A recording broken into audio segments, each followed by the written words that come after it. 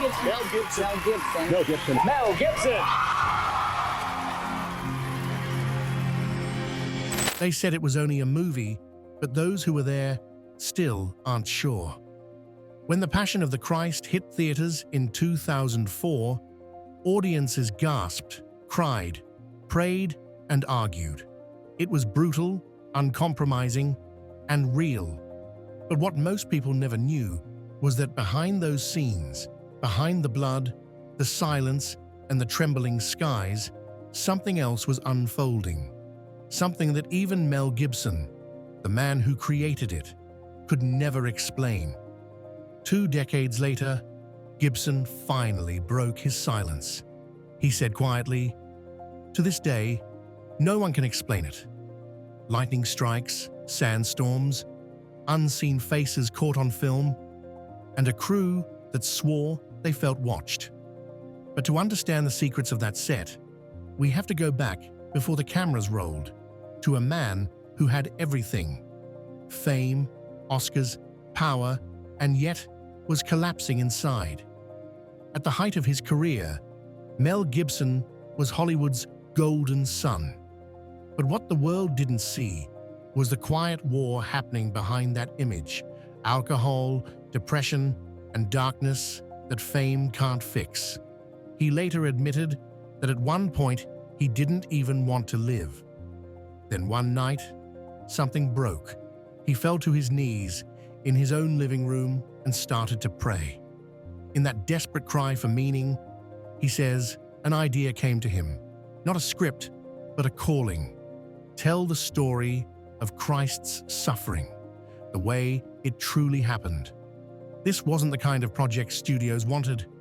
It was a film spoken entirely in ancient languages, Aramaic and Latin.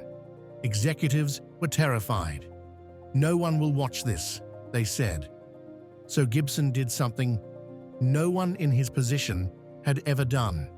He emptied his own pockets, spending $45 million of his own fortune. It was no longer a movie, it was a mission. And that's when the strange things began. Long before audiences saw Jesus on the cross, the crew started whispering that something on set didn't feel right. The location was the ancient town of Matara, Italy, a place that felt biblical. For Gibson, it was sacred ground. Even before filming began, one cameraman said, "When we rehearse, the light feels normal, but the moment we film the crucifixion, it changes, like the air bends." Gibson wasn't just directing, he was fighting for his soul. He studied ancient manuscripts and read mystical visions of saints. Every night he prayed before shooting. Every morning he opened his Bible on set. Crew members said the lines between art and faith began to blur. "It felt like we were being watched or tested," said one makeup artist. The first day of filming was quiet, too quiet. The wind stopped completely, the sky turned gray, and a strange pressure filled the air. Then, out of nowhere, violent gusts whipped through the valley. It became a pattern. Scenes of pain, betrayal, and forgiveness seemed to summon their own impossible weather. No meteorologist could explain it. Then came the lightning. During the Sermon on the Mount scene, Jim Caviezel, the actor playing Jesus, stood under a clear sky. No thunder, no clouds. Suddenly, a blinding flash struck him. The cross he held began to smoke, and his hair was singed. Minutes later, the assistant director, John Michelini, was struck twice. The crew fell silent. Both men survived, but no one could explain how. "That was no coincidence," one of them whispered. From that moment, everything changed. Caviezel's performance became legendary, not just because of acting, but because of what he endured. During one whipping scene, the chain accidentally missed its target and tore open his back.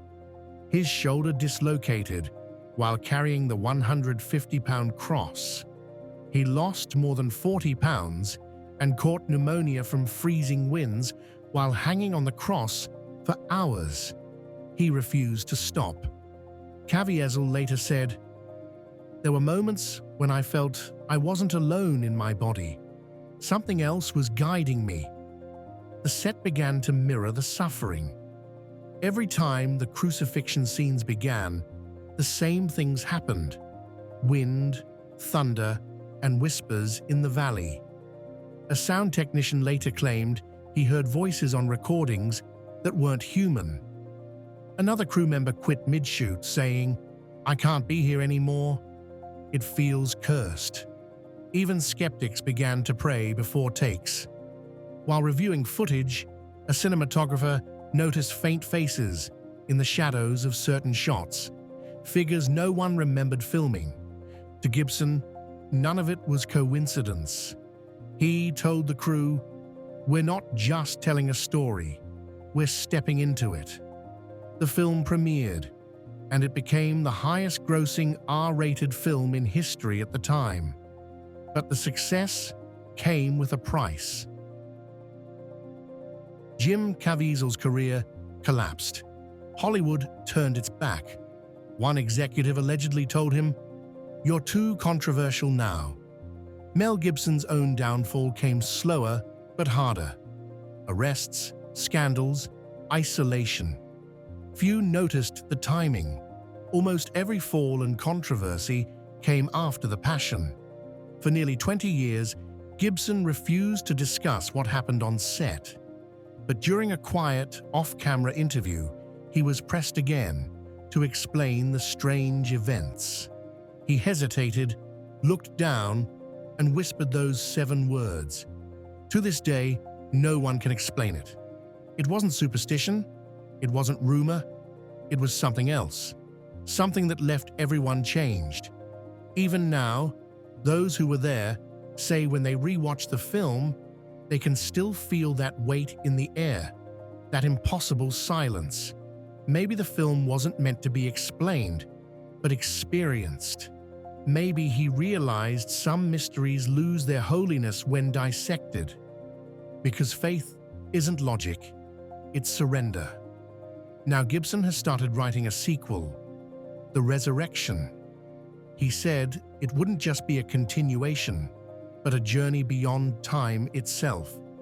When asked why he would return to something that cost him so much, he smiled slightly and said, "Because the story isn't over."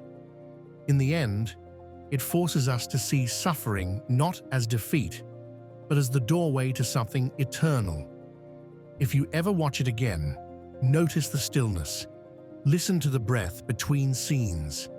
Because maybe, just maybe, the presence that haunted that film is still waiting inside every frame, whispering the same question it whispered to its makers. Now that you've seen, what will you do with it?